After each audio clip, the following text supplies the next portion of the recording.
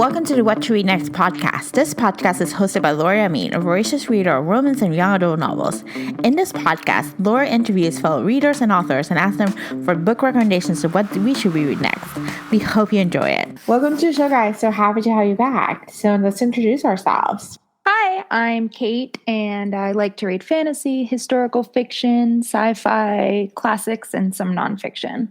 Love it. You have a really diverse number of genres to read over. So I'm excited to hear your book recommendations. So I'm Laura, and I am planning to read all things psychological thrillers this month.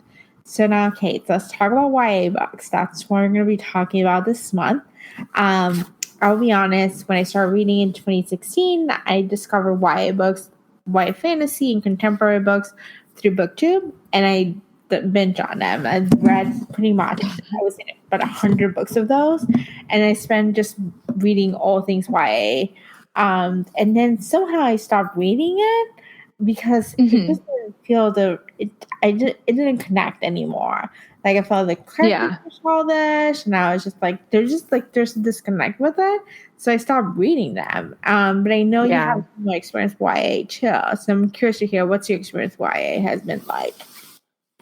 I definitely feel like I read more of it a long time ago. They didn't really write as much for it as much when I feel like when we were of that age. Yeah. And I think now I just am so much older than the characters that they write about that I can't associate with it. And I can't, it's like when you have a lot more life experience, sometimes I feel like you're just like looking at the characters going, calm down, like everything's okay. It's not as bad as it feels in this moment. Like you'll be fine. And it's really a weird disconnect from what the characters are going through. Yeah. I think there's a disconnect there. I think for me, it's been like there's a certain level of maturity that I'm expecting from a character, and like when Twinkle with Love, actually that was the last book that I did not finish. That was YA, and the reason why I didn't finish was because the character was just like complaining all the time. She was whining, like, why my best friend's not talking to me? Why this is happening? Why my parents are telling me not to do? And I was like, I can't stand it. I was like, I don't want to. Maybe it's because you're being so whiny all the time. Yeah. I was like, why are you complaining? Yeah. And it was like everything was like falling into place, and I'm like, why are you complaining about everything? Like, there's just no. Yeah, it's not fun to read. It's like, I don't want to read about that. Like, I want to read a story. Like, I'm plot driven, so I need to read a story that there's a plot happening. There's multiple things or twists and turns that are going on. And so for me, characters who are just kind of like immature, or they'll have complaining about their parents, or the parents are telling them not to do something, I don't connect with them anymore. I think that there's also like a big difference between like the contemporary YA and then the fantasy YA. Because sometimes the fantasy YA is just more like a PG or PG-13 version of some more adult stuff. So it's like a faster read. It's simpler. It's, there's less adult content, we'll say. And so that can still be a lot of fun. Like I just read Six of Crows, and that was really enjoyable. I mean, I wanted it to go way farther than it did, but it was still a lot of fun, and it's definitely something a younger audience can enjoy. And it's like, because they're going on some journey, I think that there's usually a little bit more plot, and it's not as like whiny, bratty characters. Like, and I think that that's more what the contemporary YA can end up feeling like. Yeah, I definitely with fantasy. I like diving into the story, and it just that is the lot of times plot driven, which is my take on. Like, that's what I'd like to have. And love. There's a lot of times there's strong female characters, and there's a bit more representation. There's a bit more diversity within the fantasy world. Like, there's LGBT characters, there's characters with disabilities, and the different things that are happening. So it seems like there's a wider range, and there's a more in depth with it. So I see it seems to be, kind of like I can pick it up more often than a contemporary. Yes, definitely. Yeah. contemporary, I'm just like, I am just too far past this, I think, and I just don't find it. It's not really entertaining. It either gets kind of preachy or is just like the characters aren't really developed or they're just very one-dimensional. Yeah. So House 6 of Crows, I actually own it. I've been meaning to read it, but somehow I heard it gets a lot of hype. So I'm hoping to hear, is it worth the hype or is it not? I think it really is. I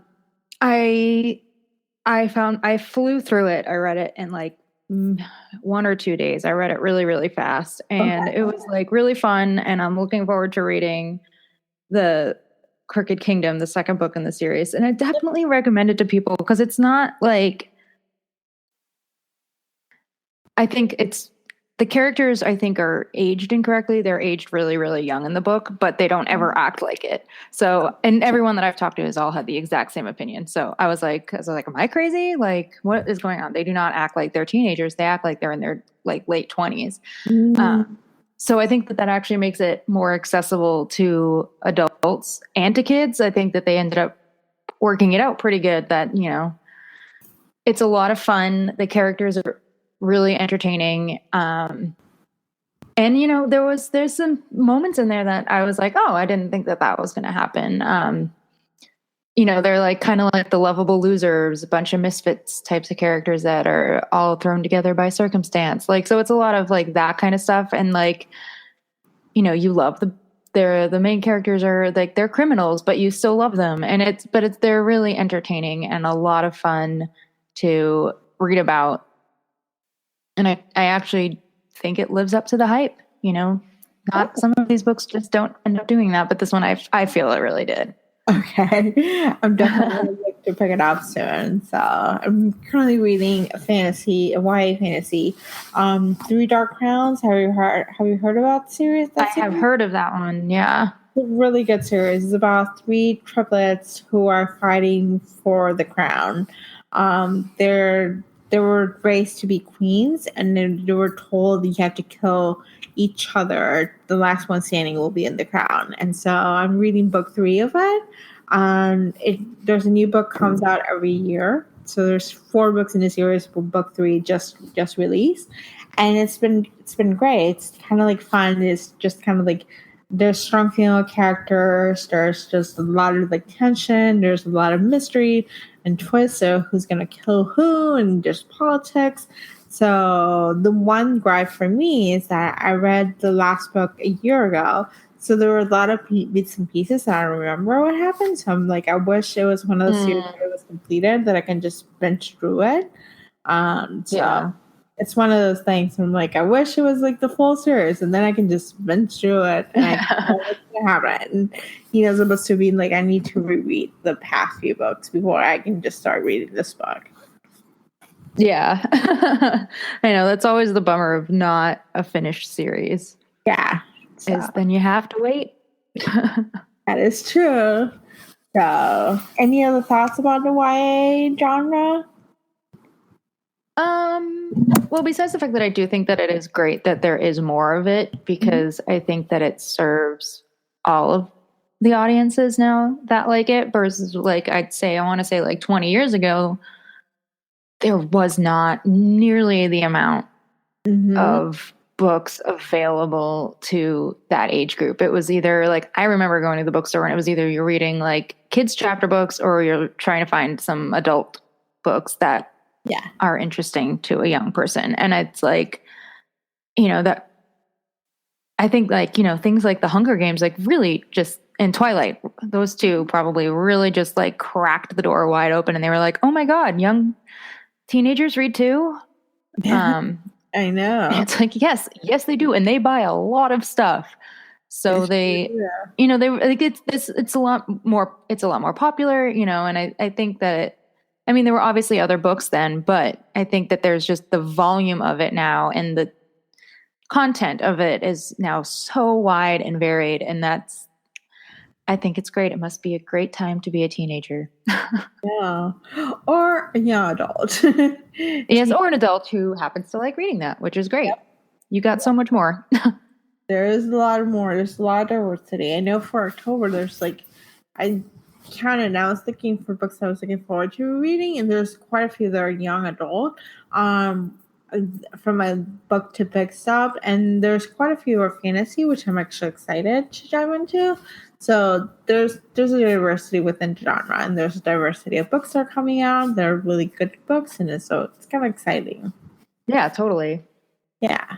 So, all right. So let's get into the book recommendation portion of the show. So first things first, I mean, you mentioned you're into quite a few genres, but what would be your go-to genre? Like the one genre that you're like, definitely have to go and pick it up. I love fantasy. I've started, like, I finally found it when I was in college. When I started reading Lord of the Rings, and it just was like, yeah, these are my people. Like, I love reading about it. I like that there's like the fantastical element to it. But all the people are still real. Like if the characters are still like act like normal people, like that is the best. And I found several series that I just really adore. And like the Stormlight Archive books and Mistborn, both by Brandon Sanderson, and they're just so detailed and so great and so specific. And he's like really figured out his whole world system. Like he knows what he's doing. And I mean, the first time I got the first Stormlight book, The Way of Kings, I was like, oh my God, this thing is giant. You could use it as a weapon. And I was like, oh my God, okay. But in all of the books are that big, and you're like, all right, it's cool. It's because it takes his time, like, so you really understand everything, and you get really immersed in the characters and you get to know them well. And even though it's really long and there are parts where there's not a lot of action, I never really got bored, and each book is like 1,000 pages. Like, now it's like, what am I getting myself into? But they're so great, and they're so detailed and so unique. Like, I've never read anything else like it. And then the other series I love is the Kingkiller Chronicles by Patrick Rothfuss. And talk about waiting for the rest of the books to come out. It has been like, I want to say, I am probably completely wrong on this, but it's been like 10 years since the last book came out. Yeah. Maybe not quite that long. Oh my God. But it's been years. I'm going to look it up right now, because I'm not saying the wrong thing. But I accidentally found out about those books because one of my customers at my job that I used to work at, I used to work at Starbucks, and he brought it in one day, and I was like, well, what is that book? Because it looked like a fantasy book. And I was like, I like that stuff. Please give it to me. Okay. So the second book was published in March of 2011. So it was still 7 years ago. A long time. Wow. That's long. Yeah. So there's 2 books out. But they're so good, and I've probably reread them like several times now, and I'm just like, but you're just waiting, and it's really sad. So I feel for people that like to binge, just don't pick these up. Okay. Because then you'll just be one of the throng. That's like, he's like turning into George R. Martin. Oh my gosh. But those are probably my favorites, and of course Harry Potter. Yes, of course. So here's my Harry Potter question: which one out of the 7 or 8 books do you find is your favorite one? I'm going to pretend that Cursed Child didn't happen, so we're going to go with 7. I love Half-Blood Prince, and I love Prisoner of Azkaban. Up until fairly recently, Order of the Phoenix was my favorite. And then on my most recent reread, I was like, man, I feel like I've just passed this now. And it was, I think it was one of those, like, I used to associate with the very angsty feelings he had. And now I'm like, no, feel like I'm not that person anymore. And I think he really becomes an adult in book 6. And I love that growth that you see. And almost all of the characters, like, they're making their own decisions and facing the consequences of those decisions and realizing that at that point, it's not just, they started with making the the DA in book 5, but by 6 they're like really like they're figuring out that like everything they do has a reaction to it. Yeah. And like learning how to navigate relationships and interpersonal relationships and what does that mean, but what do you want to do with the rest of your life? Like, there's more to life than just your 7 years theoretically at Hogwarts. And like, I really love that they're really seeing that there's more happening than just what's there in front of them. Yeah. That's what I really loved about that one. Yeah, I agree. So speaking of Cursed Child, I did see it on Broadway. And the play is much better than reading the play. So I am not surprised by that. The live play is actually a completely different immersive experience. I would say I really didn't like reading the play. I was like, this is kind of like a fan fiction. But watching the story, I was like, okay, it makes sense. They brought in all these different things, all these different tidbits from the past 7 books, and it just kind of like you get this whole story with it. So that makes a lot of sense, and I had a feeling that was the case, but it's so. I remember reading it and just being like, oh, "What a bummer." I know. Well, she didn't. She just mentioned the story. I guess she told the story, but it wasn't written by her. It was written by the director. Jack Thorne, I think. He's the one who wrote the story. So but she could have been like, no, I veto all of this. And they would have been like, okay, and like redone it. And that just never happened. Yeah. Yeah, there were parts to the play and I was like, I feel like they just like undid so much of the other stuff. I was like, what are you doing? The one character that stole the show, and he stole the show in the play too, and the reading of the play is Scorpius. Draco's son. He's the one who steals the show. He's amazing. Yeah. The actor who played was amazing, and it was like it made the show like happen. It was like, oh, that's an interesting thing of the show. Yeah. I love that. I love that they chose to make that character the one that would do that, because it's not who you would ever expect, and I think that was a fun choice that I liked. Yeah, I couldn't care less about Albus Severus. So I was like, everything else can go away. How about we just watch them be friends? Because that's fun. That's a highlight of the play. I think if you have a chance to watch the play, go see the play. It's a better experience than actually reading the play. That's the one thing. There's magic. There's poetry. There's the mentors. There's a whole set of different things that happen in the play that I wouldn't think of it happening in Broadway. I was like, oh, this really sounds like magic. Like, there's some funny they're changing the character and the poetry right in front of my eyes. So it was pretty cool, neat special effects to happen. Yeah. I definitely would rather see it than read it. That's for sure. So if people now, whenever they ask, they're like, should I read it? I'm like, no. But if you can watch it, yes. I haven't even watched it yet, but I just know that that's probably a way cooler experience. Yeah, it was a really cool experience. It's like 2 days. It's a 2-day investment, or 1 day, like 4 hours investment. But it's like it's an investment, but it's a pretty worthwhile experience. So awesome. So let's talk about what books have you read this month? What did you enjoy about each book that you read? This month I'm on my 5th book. I'm currently reading Outlander, which that's I really like. I think it's just too long, but other than that, it's really great. Like, she obviously did so much research for it, and she was prepared. She knew what she was doing. She knew where she wanted to go. I just think it's a little too long. And then I read Six of Crows. I read the second book in the series of like the Air Affair with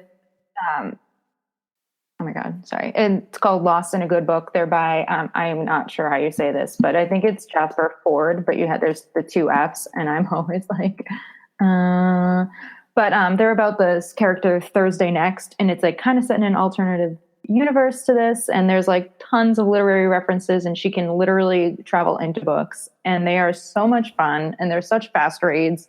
And I'm just all about it. I'm currently like trying to get the third book in the series so that I can keep going. But they're a lot of fun.